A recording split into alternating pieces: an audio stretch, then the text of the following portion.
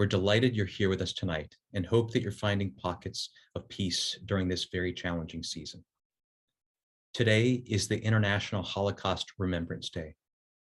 As such, we enter this time tonight not reaching into conceptual space, but rather into a material past. And we do so with the sacred calling to remember, holding the truth of what was, placing those memories, stories, and facts into our minds at present, demanding our human past to overtake the present moment and require us to take account.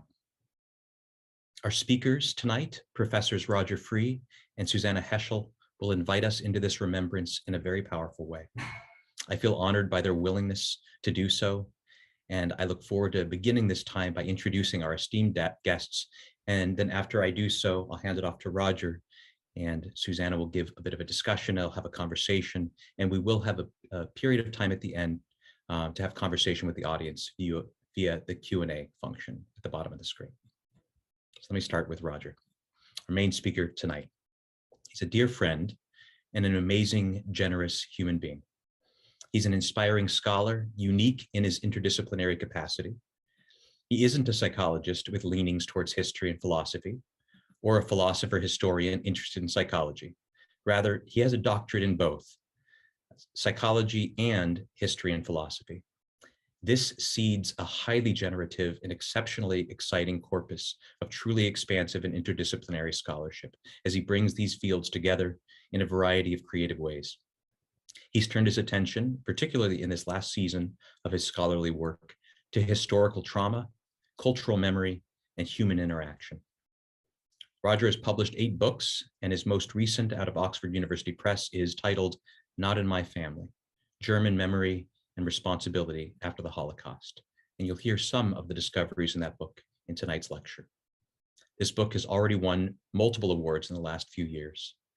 And Roger is currently working on a new book that's going to contrast ordinary Germans who became complicit bystanders and enablers of the Nazi regime with those who chose to resist and help the victims of Nazism. He traces the lessons of the Nazi past for responding to current racial injustice and for challenging the bystander culture that surrounds us. Roger has taught all over the world and is currently a professor of education at Simon Fraser University and a faculty member and supervisor at the William Alanson White Institute in New York. I'm proud to say that Roger has been a speaker at our Psychology and the Other conferences since they began in 2011, and he gave the plenary address at one of them just a few years ago. His work has been truly transformative for the community. We're privileged to have him here tonight. Susannah Heschel, our discussant this evening, is a world-renowned scholar and a force of nature. Before I formally introduce her, I'd like to share a story that captures something of her way of being in the world. 2 years into my doctoral training, my advisor, Al Duick, asked me if I might be willing to pick up Susannah Heschel from the airport in Los Angeles. She was coming to town for several lectures. He asked me because I had just read Abraham Joshua Heschel for the very first time the semester before, and I was head over heels. I knew who I was going to finally write my dissertation on. I was very excited. So I was simply giddy at the thought of picking Susannah up. Little did we know that a huge rainstorm would come through, causing severe flooding, which meant Susannah was stuck in a car with me for over 2.5 hours. The conversation was amazing, and it was an absolute gift to me. But you want to know what actually took the cake in all of it? When we arrived at the campus, I was about to jump out of the car and get her bags and rush her to the next thing. And she told me to wait a second.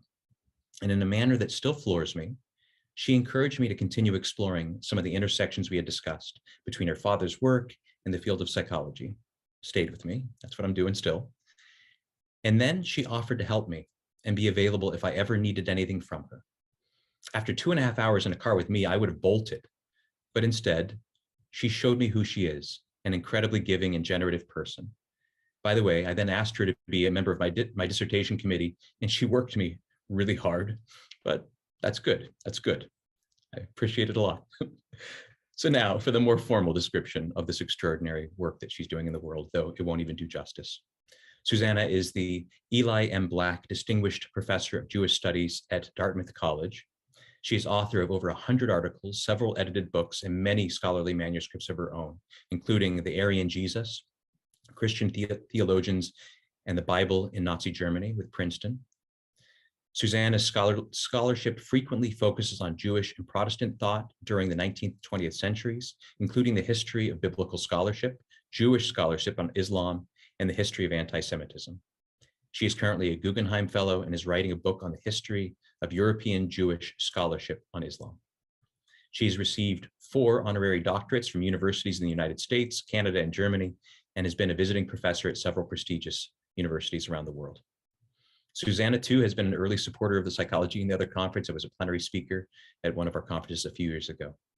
She has always been very true to her offer to me in that rainstorm, hence why she's with us tonight, broadcasting from a hotel room in Texas. We're delighted to have you here.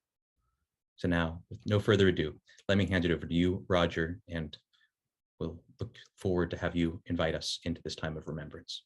It's truly an honor to be here and to be able to speak with all of you on this solemn and important day of remembrance. And it's also just lovely and an honor to have Susannah Heschel discuss my talk this evening, and for us to be able to have a conversation that, of course, also involves all of you. I'm going to share with you this evening some of my ongoing research, and research that draws on my work as a psychoanalyst and as someone who was, I think, quite influenced by the ideas and work of Erich Fromm, but also as a historian, and as a historian of the period of the Holocaust and the Nazi past. And it was after my publication of Not in My Family, when I continued to do my research, that I first learned of the unpublished family correspondence within Erich Fromm's family during the Holocaust. And I want to thank Rainer Funk, the director of the Fromm Archive in Tübingen, for permission to share this material with you this evening. For those of you who are interested, it has not yet been published, though I'm in the process of finishing a book that should hopefully be out relatively soon on Erich Fromm and this particular period in his life and his relevance, I think, to our world today, given the crises, social and political, and the rise in anti-Semitism and racism that we're currently seeing and dealing with, regardless of what our backgrounds might be in terms of discipline or profession. So if you give me a moment, I'm just going to set up my screen here, and David or Darby, please feel free to let me know if something isn't working at any point in time during my talk. I anticipate talking for some 45 minutes, and then we will shift over to Susannah.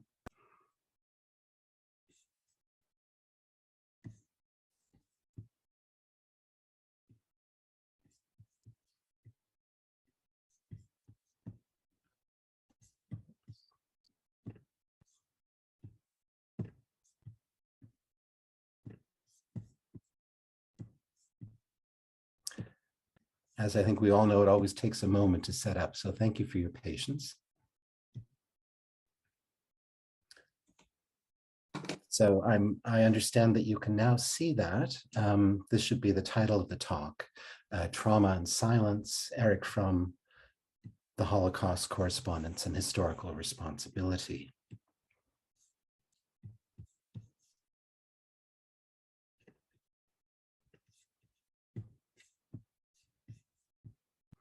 Okay, thank you. I think we're all set up and ready to go now. In 2018, 80 years after the November pogrom of 1938, I stood in front of an audience in Pittsburgh to give a Kristallnacht memorial lecture. I felt honored to accept the invitation, but I also experienced trepidation. What might it mean for me, a grandson of the German generation of perpetrators and enablers, to speak on such an important and meaningful occasion? 2 weeks before my lecture, the unthinkable happened.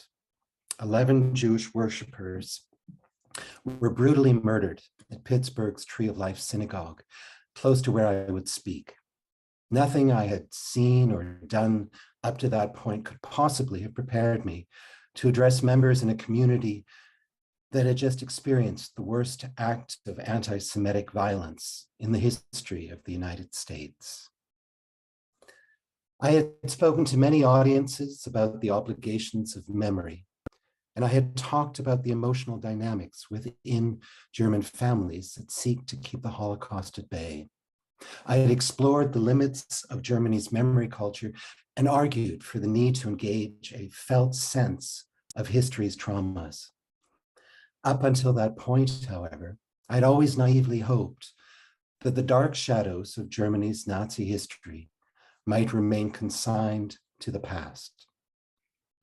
After the right-wing march on Charlottesville and the massacre in Pittsburgh, it became impossible to avoid the upsurge of Nazism into the present. In the years that followed, there have been more attacks on Jewish Americans, and racial hatred against Black, Indigenous, and people of color is everywhere in evidence. In Canada, where I live, incidents of anti-Semitism and racism have increased significantly.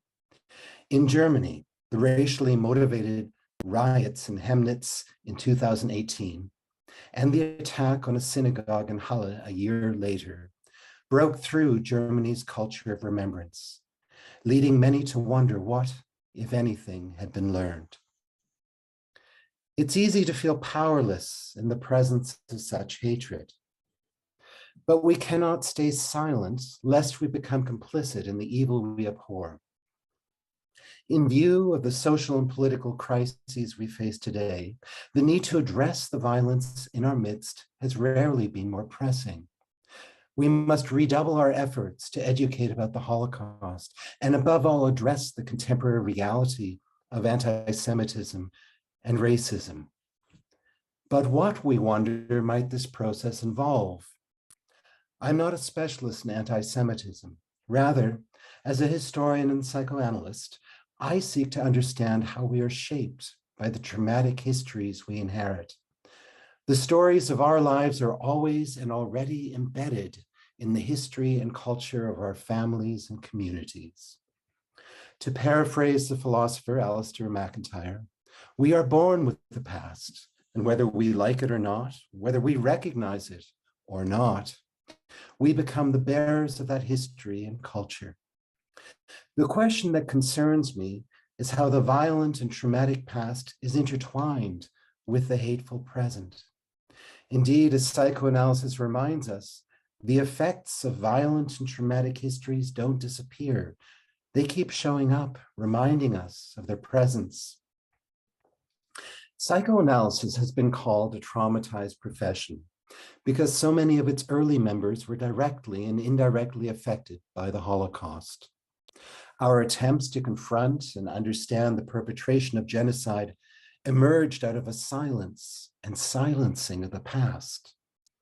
This process of addressing historical trauma, be it in the psychoanalytic profession or in society as a whole, was only possible with an acknowledgement of how we are shaped by society, politics, and history. There's perhaps no psychoanalyst who has so embodied the socio-political viewpoint as Erich Fromm. During a time when most clinicians felt that the individual psyche and the analytic setting should be the sole focus of their attention, Fromm consistently and passionately addressed the reality of the social and political and human life. At the height of his popularity, Fromm was known as a purveyor of hope, a public intellectual and psychoanalyst whose writings offered humanity a way forward.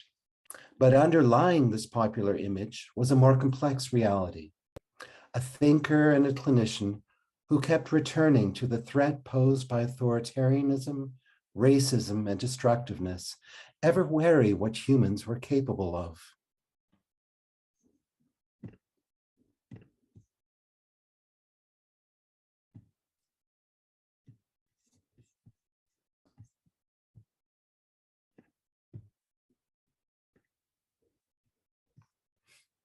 In October 1979, only a few months before he died, Swiss television aired an interview with Fromm. The interviewer asked Fromm whether he thought humanity has changed as a result of the Holocaust. Fromm's answer was as brief as it was disquieting. From a social perspective, I do not see that we have changed so much for the better, that under certain historical circumstances, what happened 40 years ago could not also happen again. It would require that human beings had themselves significantly changed and become more alive, engaged, and courageous. But unfortunately, that is not something I can say, end quote. Fromm's bracing statement has been borne out by the genocides that have occurred since the Holocaust and by the levels of racial violence we see today.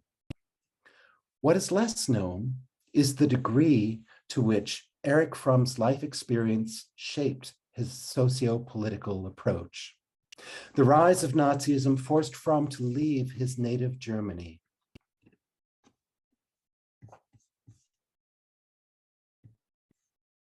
After arriving in the United States in 1934, he witnessed Nazi Germany's perpetration of the Holocaust from afar.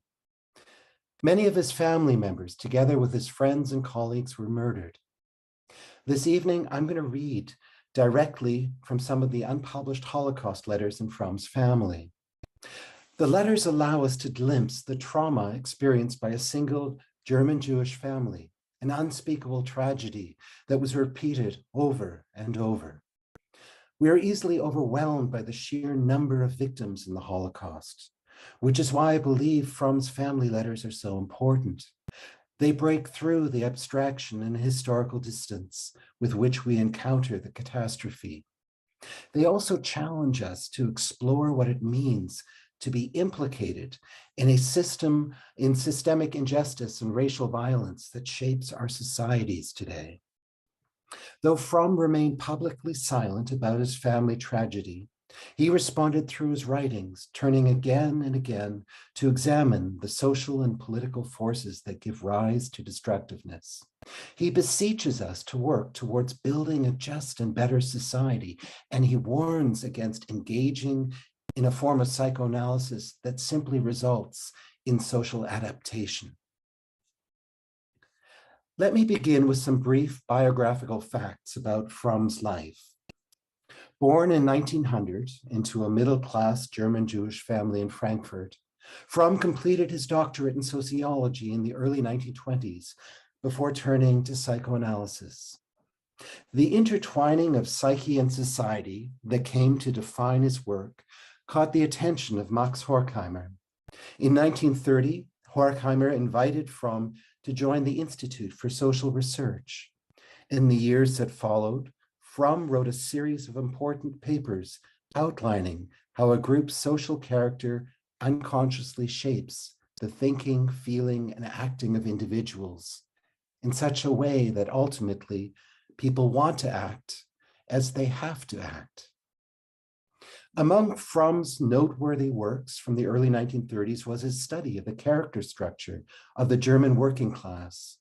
Based on a series of questionnaires, Fromm revealed pro-fascist tendencies amongst workers who were presumed to be solidly against authoritarianism. In 1933, when the Nazi Party was elected to power in Germany, Fromm could hardly know with any certainty what the future would hold. But he clearly knew enough to understand that he should leave. Once Fromm arrived in New York, he sought to establish himself in his new environment and joined with Karen Horney, Harry Stack Sullivan, and others to form what became known as the Cultural School of Psychoanalysis and what we now call interpersonal psychoanalysis. Fromm also played a central role in helping Horkheimer and the Institute move to its new home at Columbia University, though his role in the Institute is the subject of another talk and takes us beyond what we're going to talk about this evening.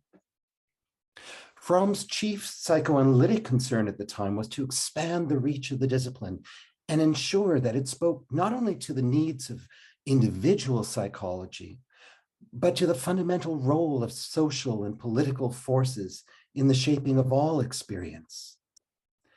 As Fromm was developing these ideas, anti-Jewish legislation in Germany was increasing at an alarming rate. The Nuremberg Laws of 1935 disenfranchised Jewish Germans and prohibited them from participating in society and government. More laws and persecution followed, culminating in the November pogrom, which resulted in the widespread destruction of synagogues, businesses, and homes throughout Germany and Austria. The first mass deportation of Jewish men to concentration camps in the days that followed November 9th, 1938, presaged the wholesale deportation and murder of German and Austrian Jewish communities between 1941 and 1943.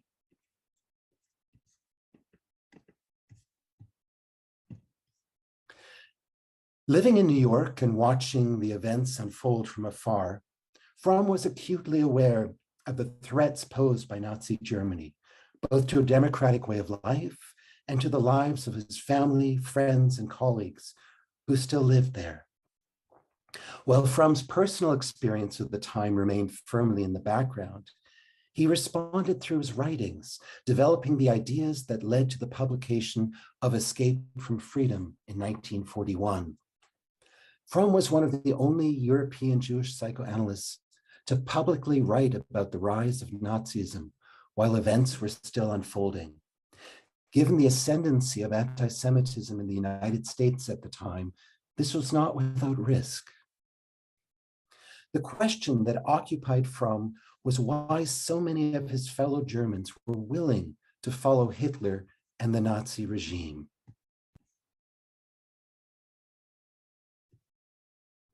Fromm believed that Hitler provided millions of Germans with the means to escape economic and social uncertainties by submitting to a totalitarian authority.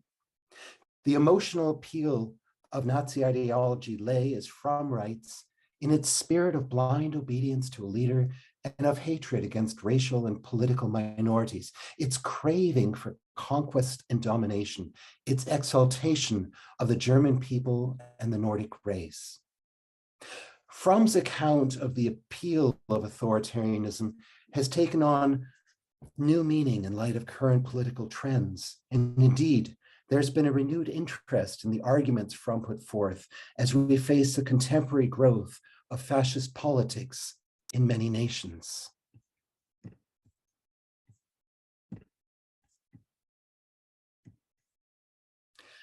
After arriving in the United States and throughout the decade to follow, Fromm was consumed with finding ways to rescue those left behind. Fromm was an only child. His father died of a heart attack in late 1933, having witnessed Hitler's rise to power. His mother chose to remain behind along with her siblings, believing, or at least hoping, that the ascent of the Nazis was a momentary madness.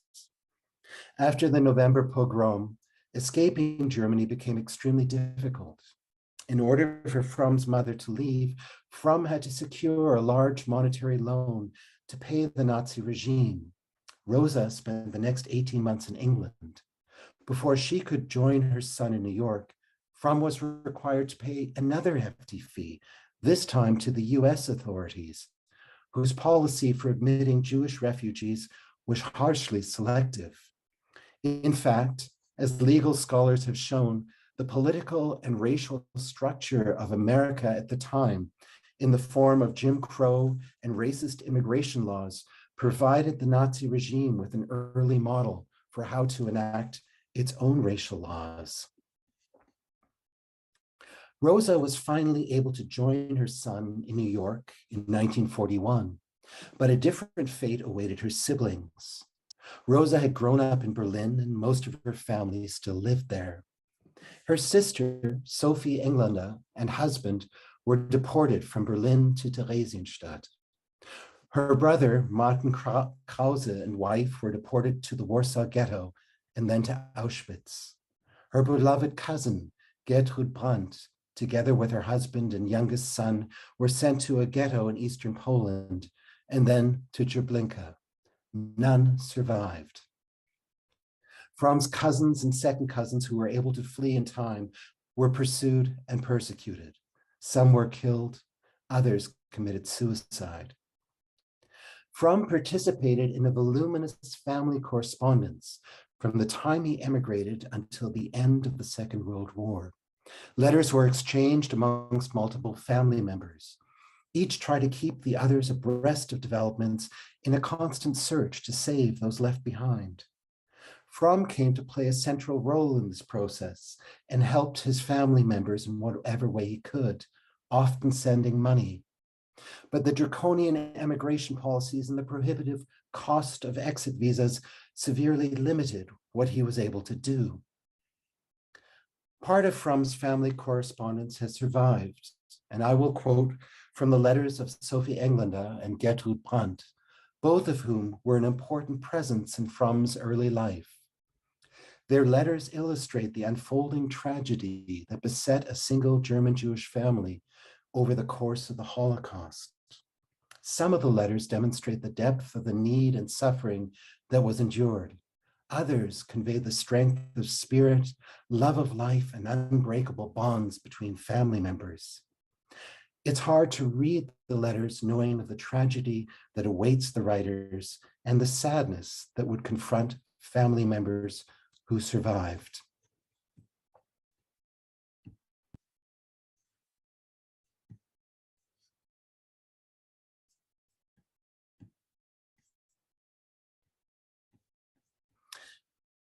I have slides of the letters so that you can follow as I read. If for any reason I should fall behind, perhaps Darby or David, you could just let me know.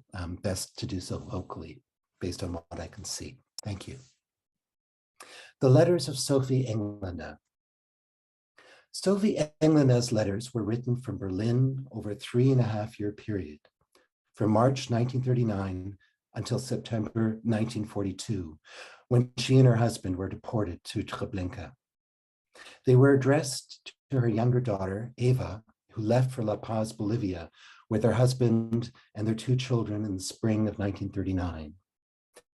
The letters document the ever-worsening situation of Berlin's Jewish community. Families were forced out of their homes and into shared accommodations. Children were forced out of regular schools and into overcrowded, segregated schools. What seemed unimaginable just a few years earlier was now a cruel and inescapable reality. Beginning in the autumn of 1941, members of Berlin's Jewish community were arrested and deported to concentration camps and ghettos. The following is a selection from a much broader group of letters.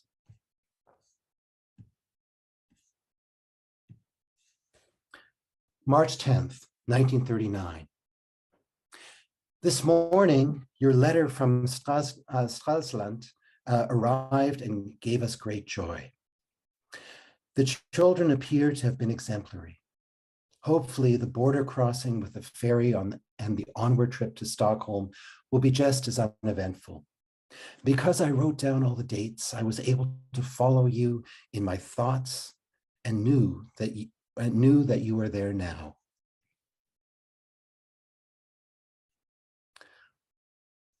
Hopefully, August 11th, 1939. Hopefully, we can really experience my next birthday with you. I can't even put into words how nice that would be. It would be important to know how much foreign exchange is necessary. Unfortunately, it will be much more than you needed, because we probably need flagship money and half of the ship tickets must be paid in foreign currency. Maybe Erich can contribute something, and perhaps with support from an aid society. But just imagine what sums would be necessary to pay for this. I can't imagine that we can get the necessary funds. October 8th, 1939. Tante Rosenchen, Erich's mother, has arrived in London. What a shame it is that she isn't already with Erich. We are unable to get any news from her directly. November 10th, 1939. Because no dispatches can be sent from here without special permission, we will write an airmail letter to Erich today with the request that he telegraph you that we are all well. January 11th, 1940. In regard to the visa, it seems to be quite hopeless. As I already wrote in the previous letter, don't worry about us in this regard. As long as the war continues, it would have been so difficult anyway that it hardly seems as though it could have been possible.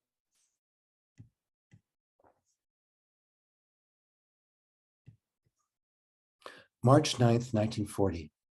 Just imagine, a few days ago, I received a letter from Erich that was underway for over 4 months. He wrote about Tante Röserchen's well-being and that he will be writing to you very soon. November 3rd, 1940. Today, Trude, Gertrud Brandt, wrote that Erich transferred money to her. The bank there needs to confirm with Erich's bank, so it can still take some time. It will, of course, be of great help for Trudy. Write to Erich for us with warmest wishes, and don't forget to tell him that his letter was underway for 4.5 months. Today, we found out that Heinz, Gertrud Brandt's son, situation is really hopeless, and every effort was in vain. You can tell Tante Rosenchen in case my letter shouldn't reach her. It has all come to naught. Erich has been really wonderful and spared no money or effort. Trude's fate is really awful.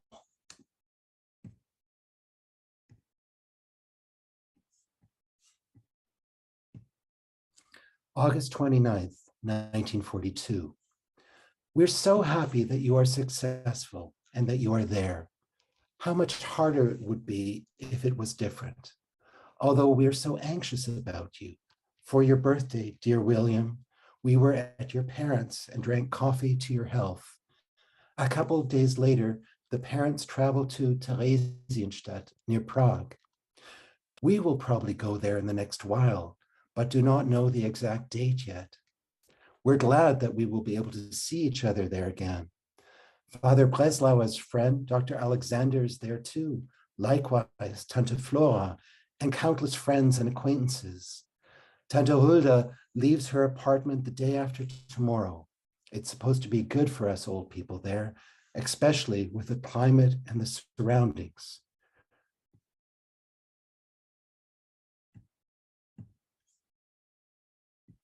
Regrettably, Martin and Johanna are not there, but in the Warsaw Ghetto. We haven't heard from them in weeks, and I'm terribly worried as Uncle Martin was still weakened by his bile disease. Just stay healthy and don't worry about us.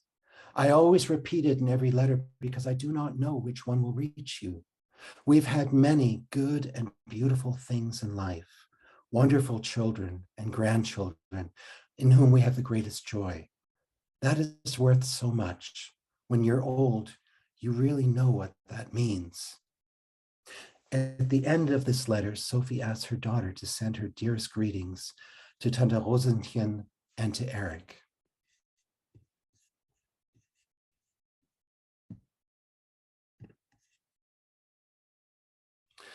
Sophie's last communication was on September 1st, 1942.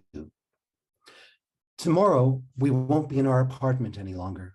We're going to Theresienstadt to join the Breslauers, Tante Flora, and countless acquaintances. We still have so much to do that I can't possibly respond to your letter in any detail. We're glad that you are well and that the children are happy and such good students. The parents Breslauer will be happy when we share this news with them. We wish with all our heart that you remain healthy. Maybe there will be a reunion.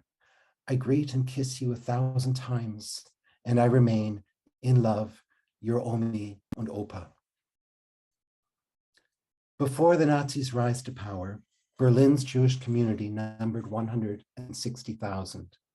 By the autumn of 1942, most of Berlin's remaining Jewish citizens, including the Englanders, their friends, and relatives, had been deported.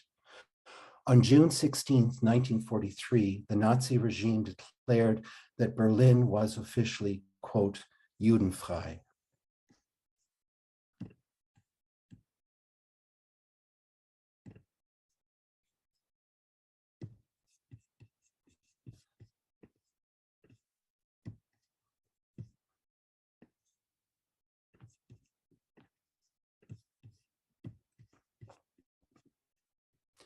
Gertrud Brandt's letters are fewer in number and date from January 1941 to the end of 1943.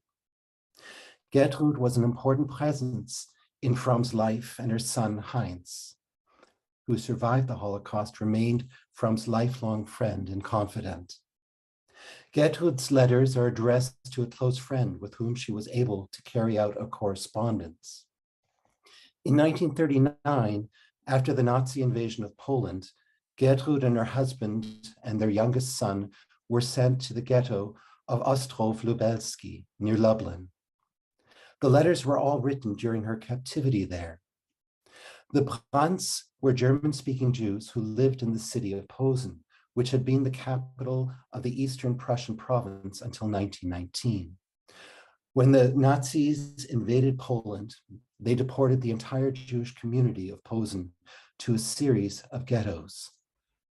Before the war, Gertrud had been a teacher and a social worker, and in the ghetto, she became a caregiver for children. Her letters are deeply moving. Her reflections on the nature of human relating and love, and the fundamental importance of giving freely of oneself to others, are often profound. She's a gifted writer, and her letters are written in a beautiful lyrical style. I have selected a number of passages to convey their overall content.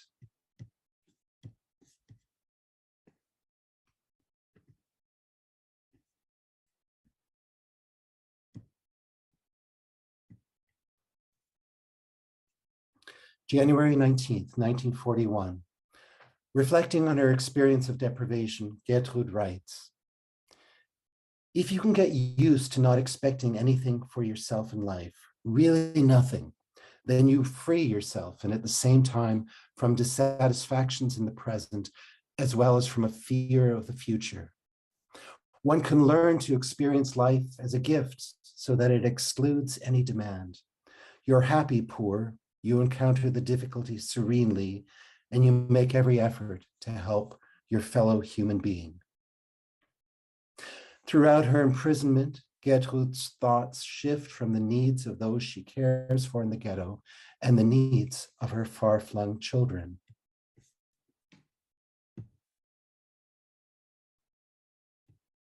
April 15th, 1941. My eldest, Heinz, of whom I wrote, is in the Oranienburg concentration camp. There isn't any way I can actually help him because one can't send any money from here. In any case, it simply isn't possible because I don't have anything and can only just keep my head above water. I used to get a contribution from a relative in New York, which unfortunately has not arrived the past 2 months. So we are both surviving only from the care packages and the sale of our possessions. As time passes, Gertrud's letters reflect her struggle to hold on to a sense of humanity. June 13th, 1941. As important as it has become for me that you have included me in your circle of care, what really lifts me up and supports me is the fact itself. That a person draws from her own deep source and joyfully gives it to others to experience. It is this power of goodness alone that I so admire. I have no more admiration for cleverness, education, ability, if goodness is not there first. If goodness is not completely determinative at the center of being and everything radiates out from it. How is it possible that even with all this so-called intelligence, civilization has not brought people even one jot further? I believe deeply in the strength of goodness and love and in its eternal and immortal power. It sustains me when I think about it that maybe my days will not be entirely pointless if only a little bit of goodness and love can radiate out from me to others, maybe to some child or a young woman, maybe to a young person who is engaging life and can carry the spark forth.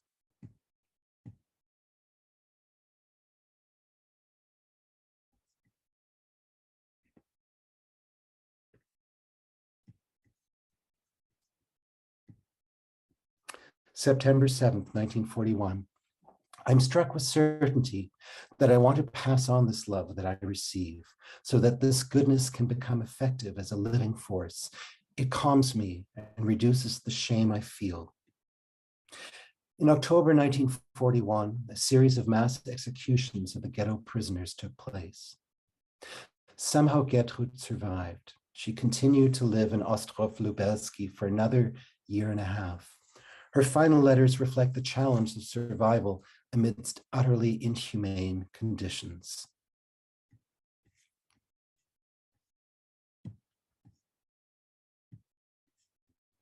End of February 1943. The pain must not solidify and harden. I've already gone through many gates of suffering.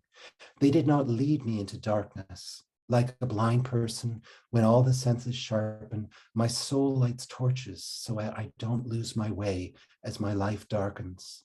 It is as though all my energy is taken away and consumed, as if the essential living force alone sustains the torches. And this need feeds new energy that is life-sustaining. So I experienced the life-saving warmth, the living proximity of other people, like a blood transfusion in the midst of excessive blood loss.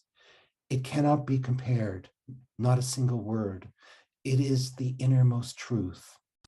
Do you feel what you have given me and how you help me with the care that benefits and sustains me?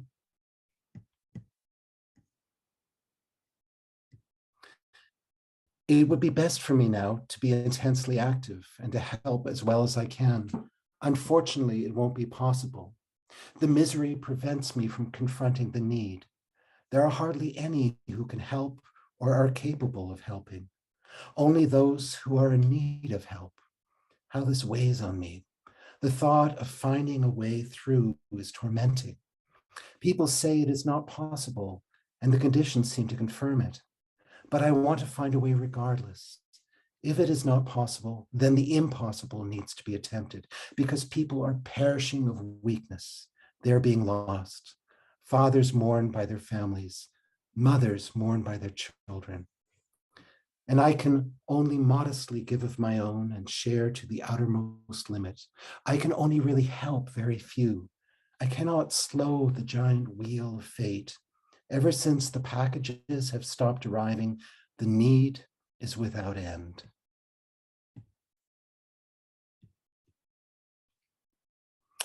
And finally, April 22nd, 1943. Every fear of change has fallen away from me. I have lived a full and rich life, and it no longer matters to me whether it now ends with a long turnaround or is cut short. As long as I can be useful, I want to do it. And who can say to me that under different circumstances, I can't do this just as well or even better? This was Gertrud's last known communication, written on a postcard in which she states that she has to leave the ghetto to make room for new arrivals. She was sent to Treblinka and murdered a short time later.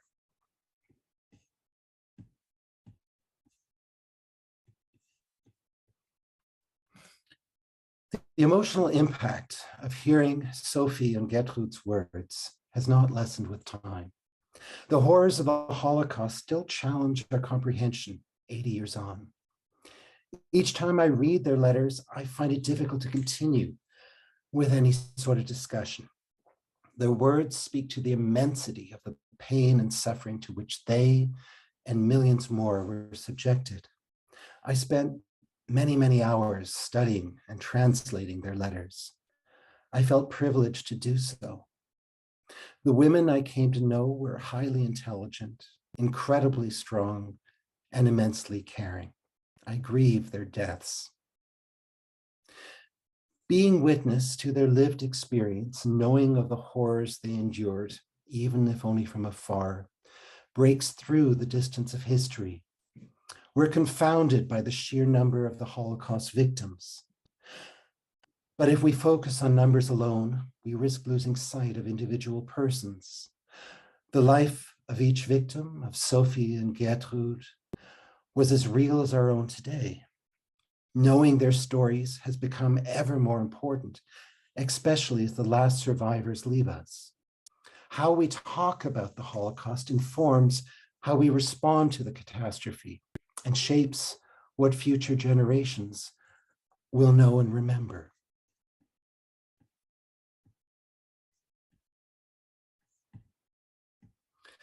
There's also a different side to this process, one that can be more difficult for German descendants like myself to talk about and engage with. What does it mean for me, a third-generation German, to share these letters with you?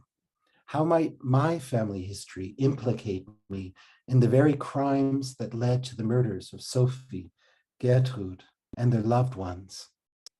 These are not easy questions to answer, but I am surely obliged to ask. I wrote much of this talk while living in central Berlin. Embedded in the sidewalks around my residential block were many stumbling stones.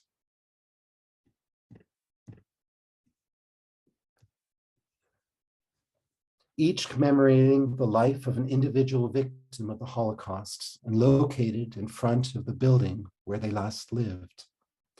There are many thousands of victims from Berlin's pre-war Jewish community who have not been individually commemorated thus.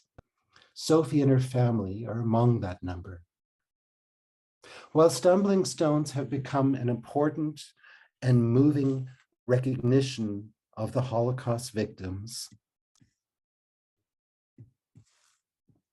we also need to ask how many perpetrators and enablers of the Nazi regime lived on the same residential block and in the very same buildings as their victims. Each of them was a member of a family, fathers and mothers, uncles and aunts, sisters and brothers. Even today, talk of German family involvement in the Nazi past can evoke defensive postures, even outright denial. When shame and guilt are present, silencing is reinforced. Among my generational peers,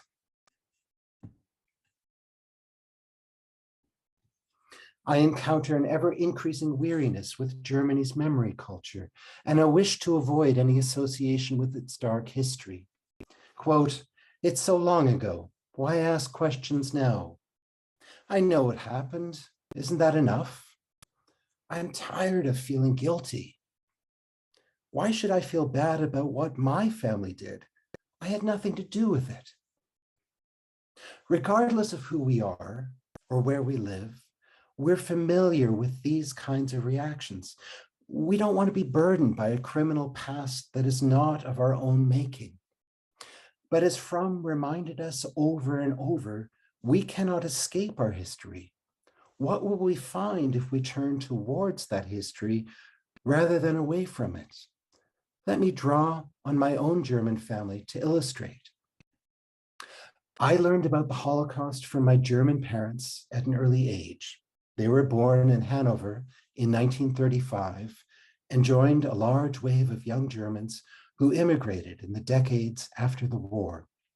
I grew up in two cultures and with two languages, made more real by frequent trips to Germany and later years living in Switzerland after my parents returned to Europe. When I was a child, my parents shared with me the horrors committed by Nazi Germany and taught me about the obligation to remember. But as so often happened in German families, just as one door to the past was opened, another remained shut. I have no comparative memory of ever talking about what my grandparents actually did or believed in relation to the Nazi regime when I was young. My family history, like many others, remained shrouded in shades of gray, never distinct enough to make out more than a ghostly contour of what might be lurking. Talk of war in German families is most often of terrible times and the suffering endured, not about responsibility. Growing up, I knew the stories of destruction, loss, and death that my family members lived through, but a full history was kept at bay. It was as though the familiar family narrative had been set in stone. No one seemed to quite know how to challenge it. It was only late in life that I spied an unfamiliar photograph and began to find the words for a history that had remained unspoken, covered over by a blanket of shame and guilt. I did not know that my grandfather applied to the Nazi Party in 1936, was inducted a year later, and participated in the NSKK, the so-called motorcycle and car club used by the Nazi regime to indoctrinate middle-class Germans. Today, we know that the NSKK membership attended lectures on racial ideology, that some participated in the November pogrom, and that a few even provided support for mass exterminations in Eastern Europe. There is no ambiguity in this history, no shades of gray.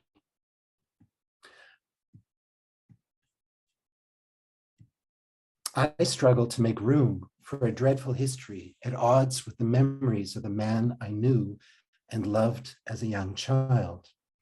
When we reckon with the perpetrator past that we inherit by way of family and community, we begin to break through the filters created. But the ramifications can be difficult. My mother and I began a new and unfamiliar dialogue. It began in fits and starts. Our search led to more photographs that lay filed away amongst old documents in Germany. Soon my mother started to share early childhood memories that felt at times like an emotional torrent, long ago experiences that were waiting to be heard.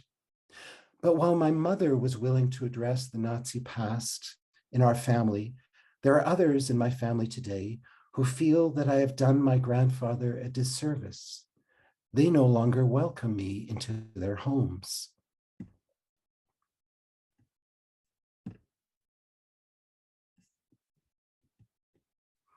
I share this story with you because it illustrates the degree to which emotional conflicts shape legacies of perpetration, be it within individual families or in societies as a whole.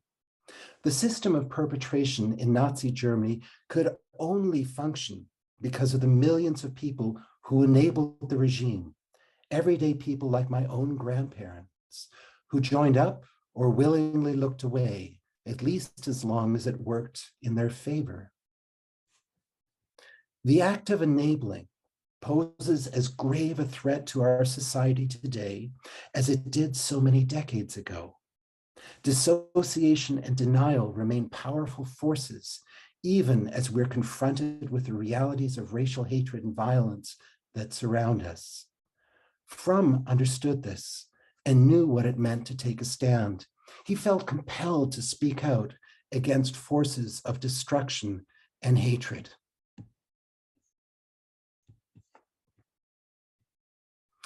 After the war, Fromm shared little publicly about his family. Yet when he died, a copy of Sophie's last letter was found amongst his most cherished personal possessions.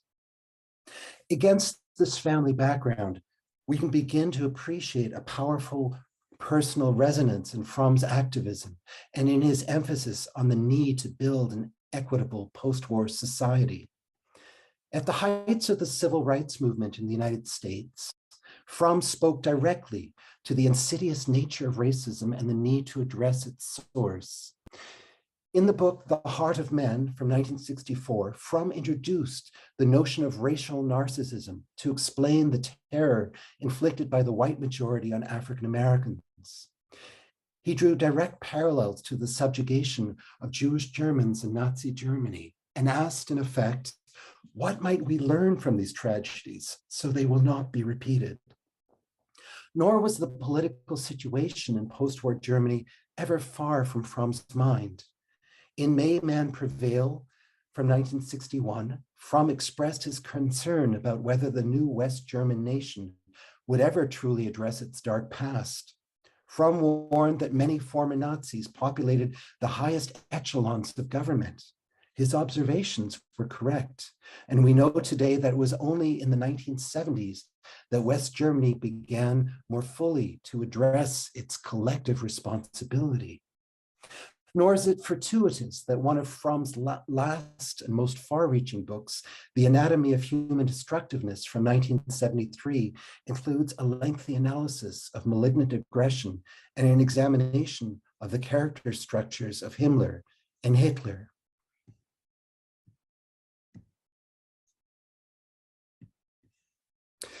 In the face of the horrors of the Holocaust, it would have been easy for Fromm to ascribe to a popular belief in an innate aggressive drive. But Fromm rejects the notion of internal drives and argues instead that we must work collectively to identify and change the social and cultural conditions that enable destructiveness and hatred to flourish. Yet Fromm also retained a clear-eyed realism. In 1979, he was asked by the same Swiss journalist about whether people had actually learned anything from the Holocaust. Fromm's response was telling. Here we confront the question of whether humans actually learn anything on their own. Do they even want to learn? Or do they remain tied to their entrenched opinions and insights? I believe the readiness to learn is much more limited than we assume. Our lives are structured in such a way that people are first of all oriented towards functioning, but not towards thinking. Fromm believed that it was only by addressing how we function in society that we might begin to move towards a more open-minded position based on rational thought and action. He was encouraging us to engage with others, to build a more just world, in essence, to learn and to love life. This points us back in the direction of Fromm's lived experience and to his work as a practicing psychoanalyst. Fromm's therapeutic approach tends to be little known because, unlike other well-known psychoanalysts, he did not write about therapeutic technique. What we find when we look more closely, however, is enlightening. For Fromm, healing takes place through a kind of empathic dialogue, an interaction that orients us towards the other person, not as an object, but in his or her being. As Fromm writes,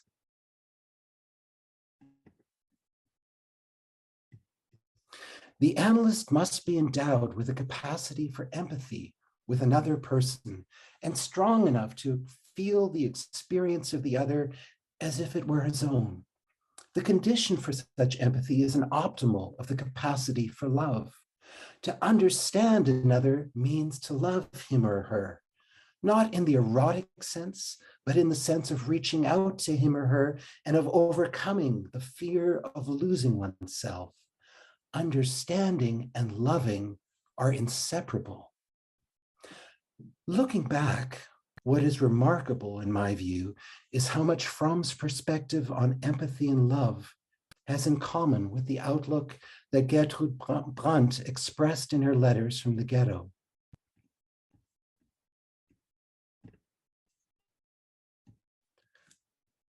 Particularly when she writes, I believe deeply in the strength of goodness and love and in its eternal and immortal power.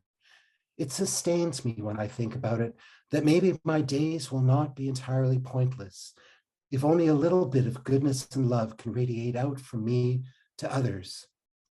Gertrude's words are themselves echoed by Fromm in his 1956 book, The Art of Loving, where he proclaims, quote, love is the only sane and satisfactory answer to the problem of human existence, end quote. Despite their radically different circumstances, Gertrude and Erich both sought to find meaning and possibilities for human relating, suggesting in effect that it is a potential for empathy and love that forms a countervailing force to human destructiveness and hate. With the benefit of hindsight, I think we can see Fromm's emphasis on achieving a fullness of relational life, together with his social and political activism, as a critical response to the racial violence and genocide of his lifetime. As we confront the political and social turmoil that engulfs our present age, Fromm leaves us both with a warning and a sense of hope. We cannot sit back. We need to be engaged. We need to do more. Throughout his life, Fromm held fast to our potential for learning and loving. That gives me hope. Perhaps in some small way, my talk this evening can contribute to our shared learning process.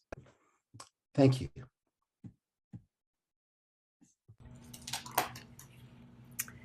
Thank you so much, Roger, for a very important and very deeply moving talk this evening. So important for us to hear on this particular day, but I think for us to think about in the coming days and years as we confront a rise of anti-Semitism and racism in the United States and in fact around the world. Erich Fromm was an extraordinary person. You've brought him to us in a beautiful way with the context of his family. And I think his writings deserve another reading from us. I want to respond just to a few things that you've said, and to thank you again for what you have said. One of the things that's most striking is that although there have been many incidences of genocide in our world, the Holocaust was carried out by intellectuals, by academics, by people with a PhD. Almost all of those at the Wannsee conference that organized the murder of European Jews had doctorates. And that, of course, throws open the question to us, what does it mean then to be an academic, to be an intellectual, a scholar? What actually does it do to us as human beings? Does it not affect us in some way? That we study, that we learn, that we teach? How can it not prevent us from becoming murderers or complicit in murder? And of course, what fascism does is to destroy the lives of many human beings, but it also forces so many to lose their moral compass and to be bystanders or complicit. I think about the German pastors that I wrote about in a book in which I describe some archival data that I came across of pastors who wanted to participate in the sterilization program and asked for a seminar to be set up in Berlin with some of the leading race theorists because they said people were afraid to go to the doctor. The doctor was going to report them for sterilization, so now the pastors could replace the doctors. It's an absolute horror to read that document and to read so many documents by theologians who were producing anti-Semitic propaganda during the Nazi era. And there are some things about Erich Fromm that I want to just add to because I work on German Jewish history and also Jewish and Protestant biblical scholarship in Germany. Fromm was, as you point out to us, a very special person who focused very much on empathy. And I wonder sometimes when, as you were speaking, to what extent was Fromm either influenced by Heinz Kohut, the psychoanalyst, refugee in Chicago, or perhaps just parallel to Kohut, or perhaps for Fromm, the emphasis on empathy came from his studies in Frankfurt with Rabbi Nehemiah Noble, the Orthodox rabbi who participated in the Jüdisches Lehrhaus, the adult Jewish education center that was established by Martin Buber and Franz Rosenzweig in Frankfurt. I know that Fromm studied Hasidic texts with Noble, and knew Hebrew and read those texts in Hebrew. And I imagine, knowing Hasidic texts as I do, that an understanding of empathy, of course, is central in Hasidism, that perhaps Fromm is also expressing in these writings, in his psychoanalytic writings and writing about therapy, something of the role of a Hasidic Rebbe and a disciple, which is a relationship that's very intense, very profound, and that's rooted also in empathy, in Hasidic understanding. And yes, as you point out, it was so important for Fromm to be involved in political work. I understand that he donated the funds from his best-selling books to the anti-Vietnam War movement, and as you say, was involved in the civil rights movement. But in all of this, it's also worth remembering what it was like for him, because in 1937, Adorno wrote to Horkheimer at this Institute for Social Studies in Frankfurt that Erich Fromm, Adorno felt, was just too Jewish. Professional Jew, he called him, and perhaps even a threat to the work of the Institute. So there are ways in which Fromm himself experienced certain attitudes toward Jews. Adorno's father was Jewish, his mother was Catholic, but even among Jews, a sense of not wanting to be, as they used to say, too Jewish. And that, of course, is part of the German Jewish experience. But I want to come back to the letters that are very moving and mention also a book that I just read about a friend of mine, Rudy Baum, who passed away, who was a refugee also from Berlin and had letters from his parents. And then came the final letter, the last letter, before they too were deported to death, and how that affected Rudy Baum. He did speak of it.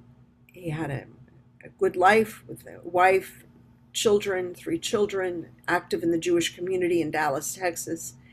But at the very last years of his life, he became profoundly depressed because that last letter came to him and hit him very hard. And I think for many of us, I wonder sometimes about the letters from my grandmother, many that she sent to my father. My father came to this country in March of 1940, but his mother was in Warsaw, in the Warsaw Ghetto, with her daughters, my father's sisters, my aunts. And those letters are just too difficult for me to read through.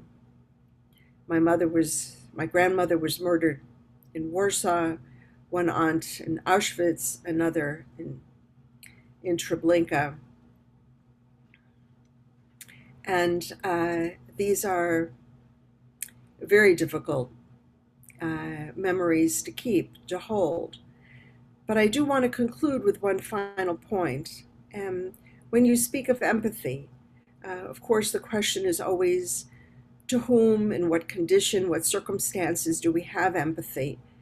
Can I have empathy when I go to Germany, as I have done, and I meet people who were themselves Nazis and involved in atrocities? One man that I interviewed, for example, in Lübeck, Hans-Joachim Thilo. What do I do when I talk to someone like that? Or children. A lot of women, especially in Berlin, told me their fathers were in the SS and they wanted to talk to me about it. It turns out my best friend was the daughter of a man who was a doctor and committed atrocities in Dachau.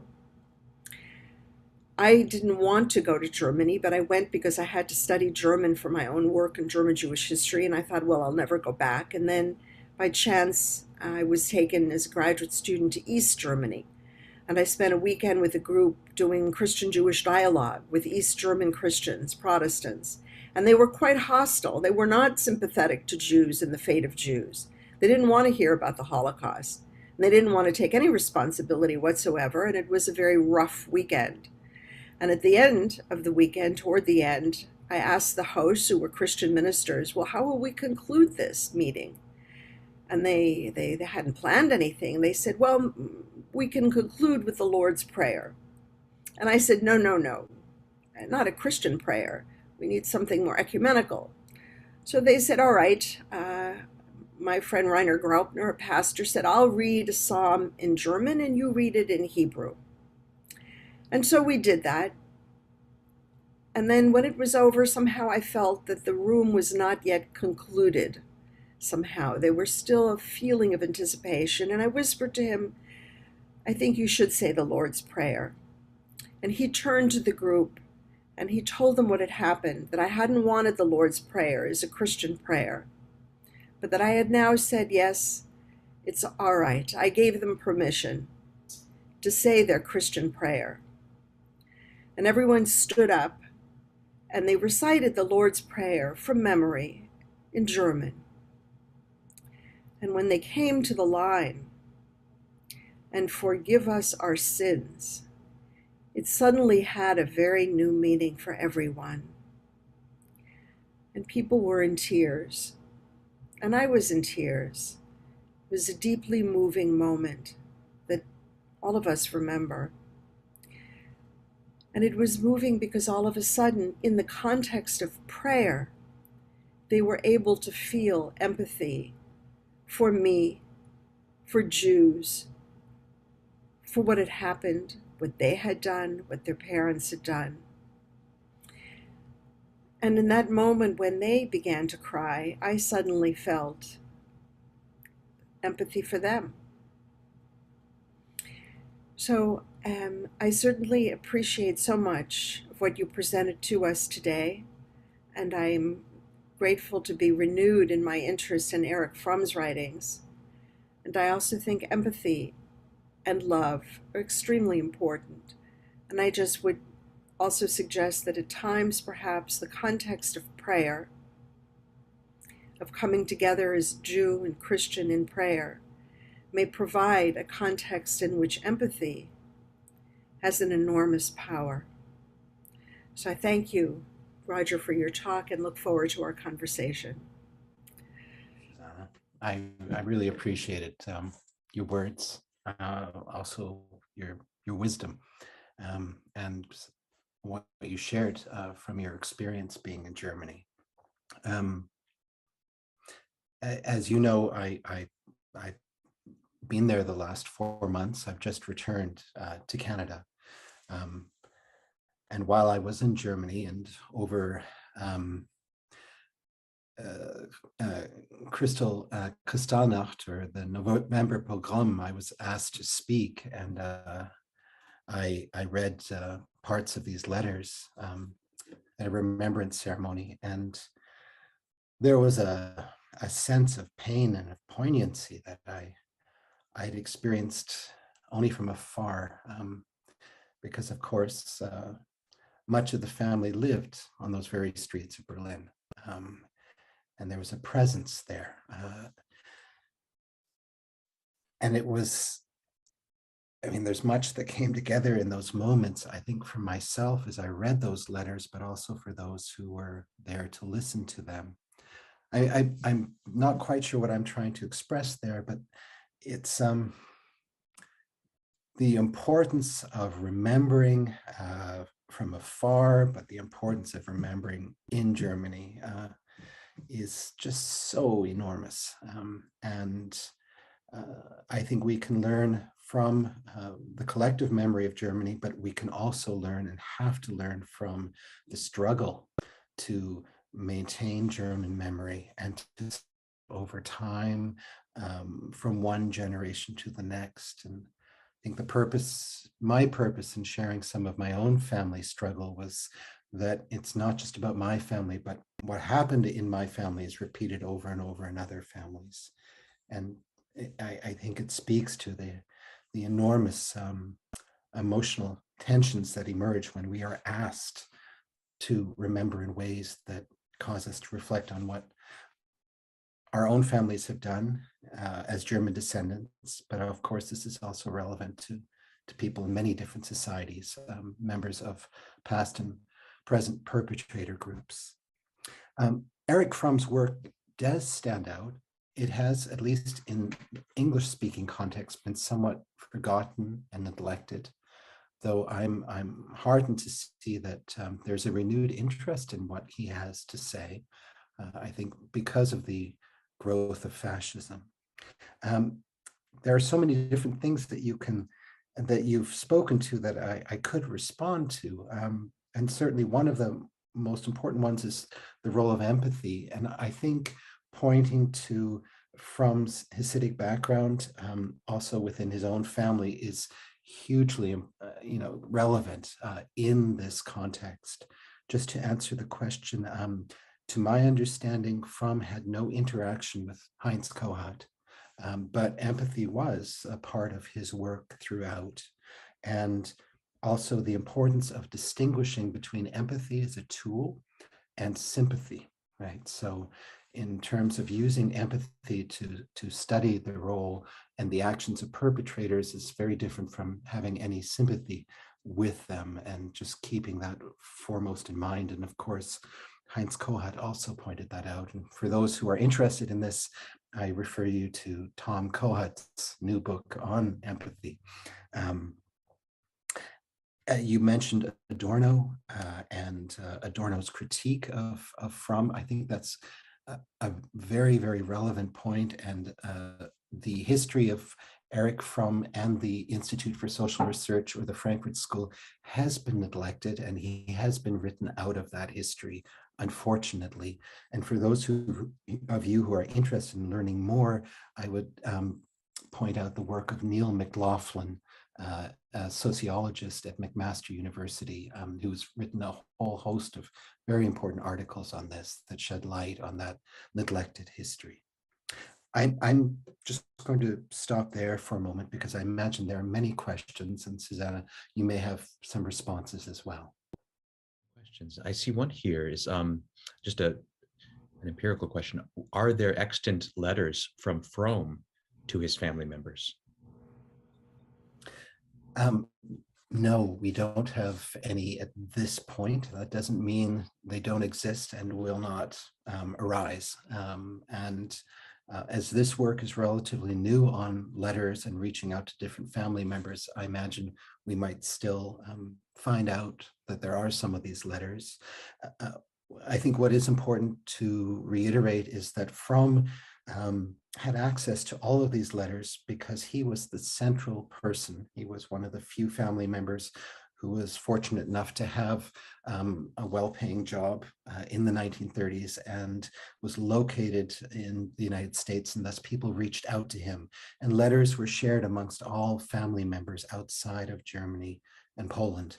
And so he would have read everything that we also talked about today.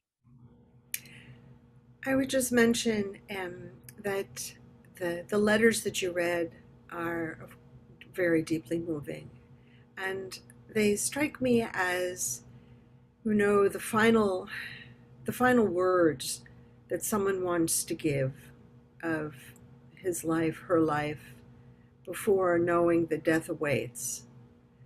And there's an old Jewish tradition of writing an ethical will. Writing what are the principles of my life that I want to pass on to my children, to my grandchildren, extended family. And those letters have that quality. It's not something that most people do in their lives, to write an ethical will. Most people don't want to think ever that they're going to die, but also don't think about leaving a spiritual legacy. And that's really what these letters are, a spiritual legacy. And it is perhaps important for all of us to keep that in mind too, for our own lives, for our descendants to read, to articulate what is most important. This is in some sense a kind of forgotten tradition that has arisen again for these people. But of course, the horror for us is that we know they are going to die. They have a sense that they will. No one is ever 100% certain, but how many of us face that and face the idea that we are going to be murdered by our neighbors, by our compatriots, by people who want to kill us for no reason? It's not an invading enemy army, let's say, but one's own neighbor. There are accounts of this even in Christopher Browning's book Ordinary Men, of a killer who is supposed to kill someone from the same town, speaking in the same language, and kills him. But I guess in those moments, I also just wonder if,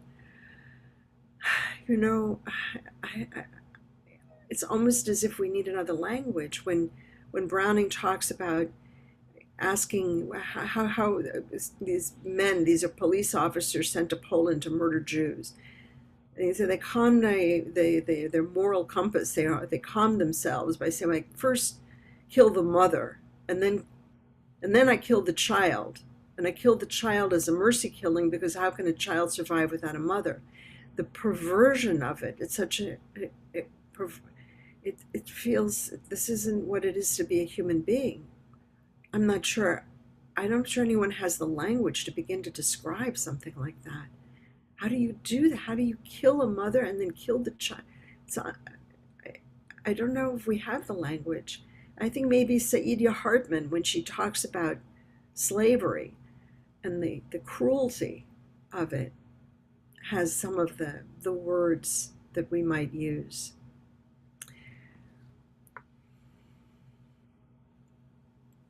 But yes, I see these as part of an old Jewish tradition of writing an ethical will, spiritual legacy.